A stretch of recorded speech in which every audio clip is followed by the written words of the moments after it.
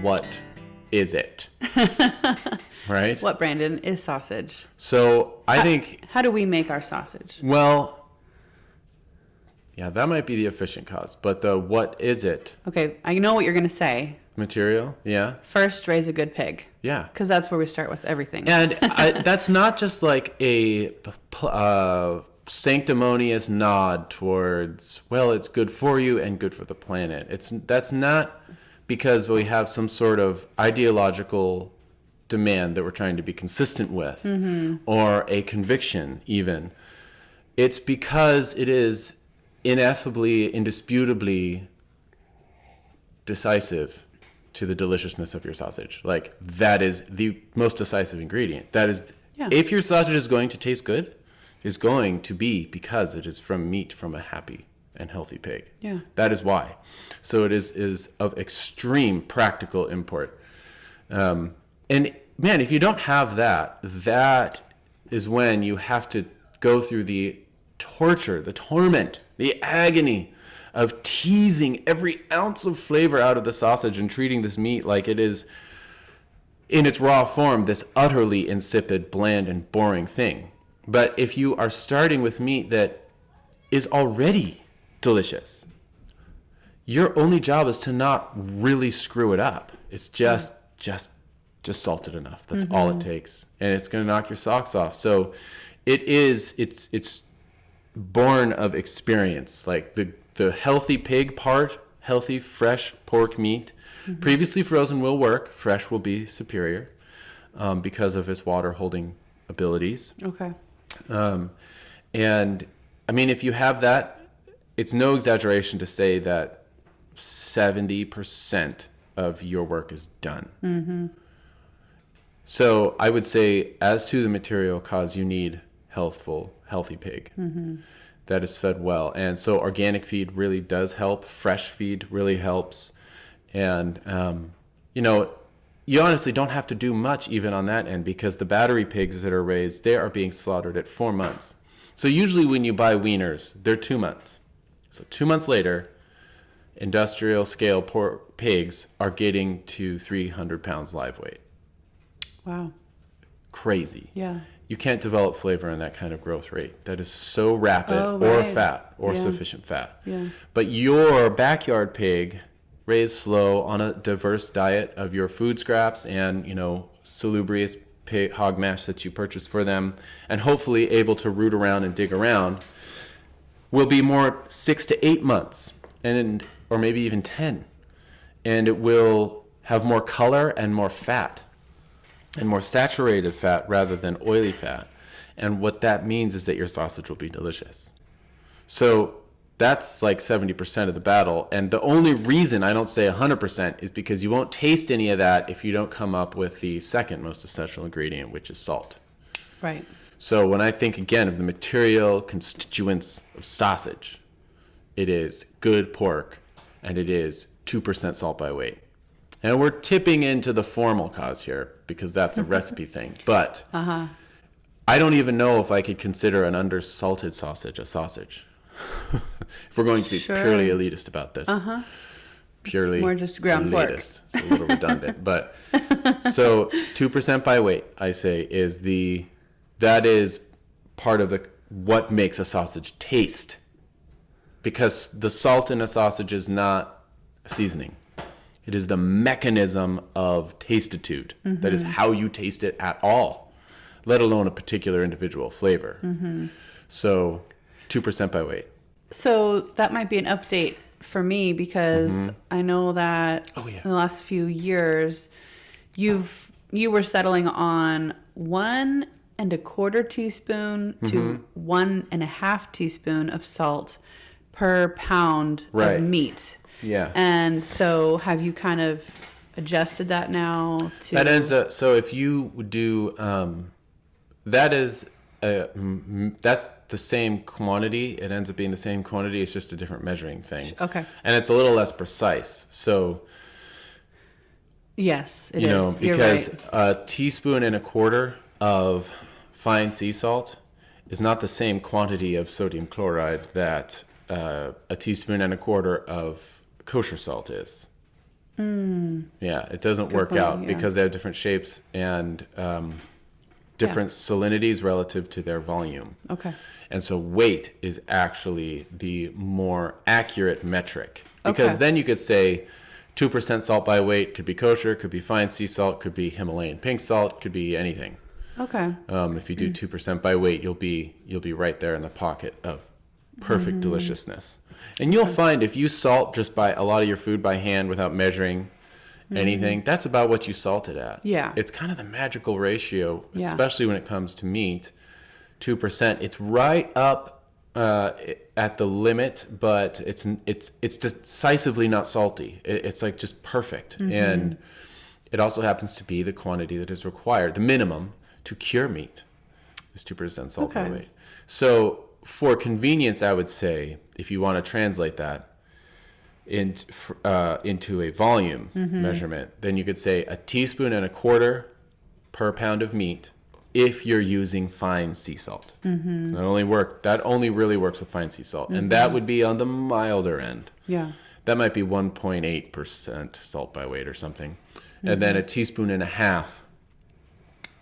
per pound of meat would be on slightly higher end. Again, just using fine sea salt. Yeah. We used to do 1.5 teaspoons per pound of meat for us, and then for some of our customers that we knew maybe were of the older generation or maybe slightly more sensitive, we gave them 1.25 teaspoons per meat. Yeah. And that was just to kind of give them a little break.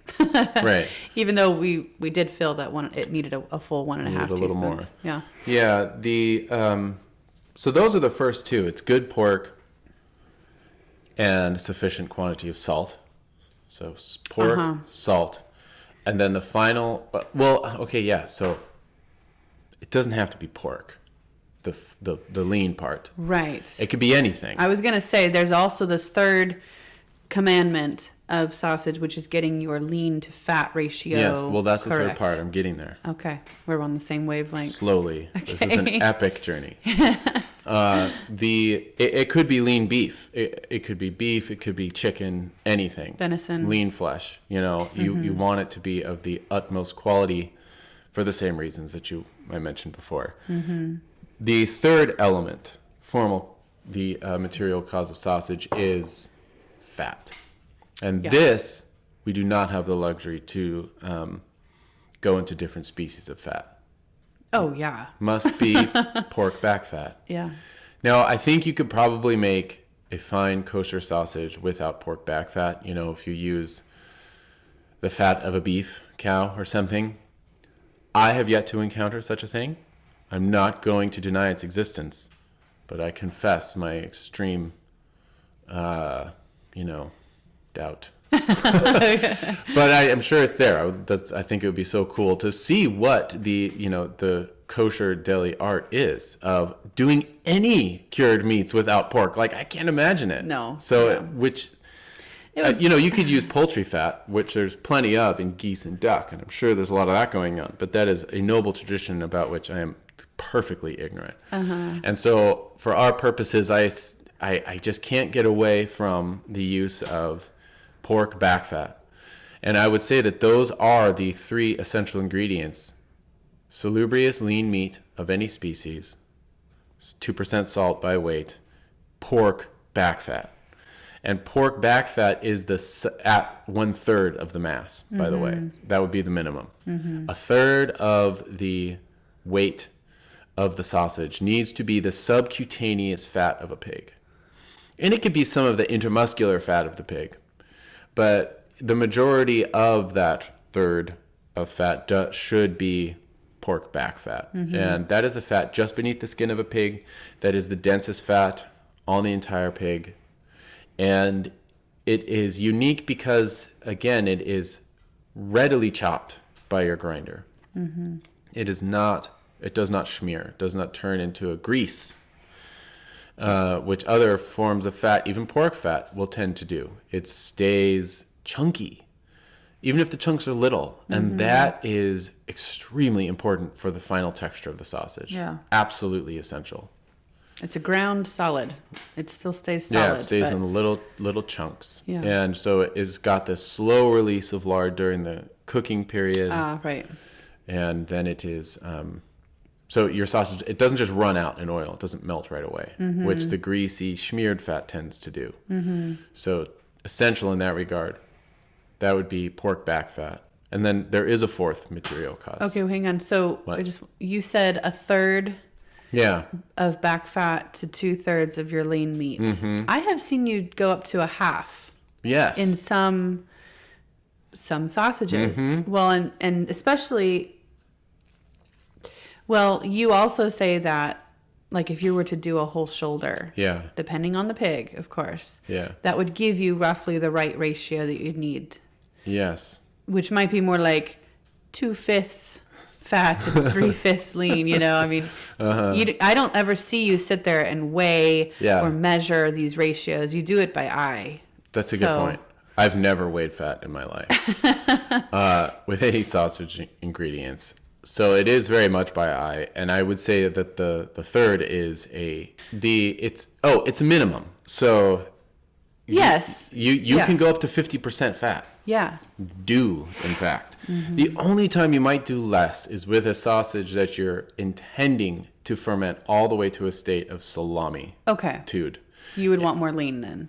Yeah, because salami is already dry. You're cutting it and chewing this dry little stick with little chunks of fat in it. And a lot of the flavor in salami is in the meat. It's in the lean. Sure. Because the fat doesn't really ferment. It doesn't have enough water in it. It doesn't react very much. And so it's really just there for a subtle contribution of moisture, sweetness and nuttiness. But the real intense flavors come from the lean, and so you can reduce it in a salami. Okay.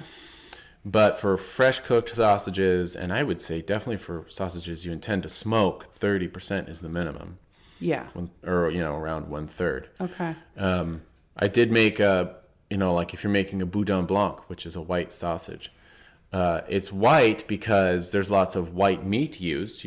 Traditionally, it's just veal, chicken. Poultry, right. Really light colored. Even, the loin from pig is very light in color. You wouldn't use beef. You wouldn't use the dark belly meat or shoulder meat. You would use the light colored meat. But really, it's white because it's 50% fat. And you add bread crumbs with cream, warmed in cream, heavy cream, and that just makes it white, and it's heavily emulsified, heavily ground, and it's just crazy good. It's so delicious, largely because it's 50% fat. Yeah. So a lot of times what people will do is when they're raising pigs, especially if they're raising like coonies or, just real fat machines, and then they have some lean cuts, but then they also have just bucket tubs full of fat, and I'm like, what do I do with this? Put it in your freezer, and then when you get your deer later that winter, or you have a plethora of beef or something, the back fat then can come out and help fill out and make a ton of sausage with. So that's what a lot of people do. Especially our customers, like when they get pork shares. We do give them a whole half of a pig, which includes several slabs of this white gold in back fat. And I think a lot of people end up using it for their sausage that they'll do later that winter.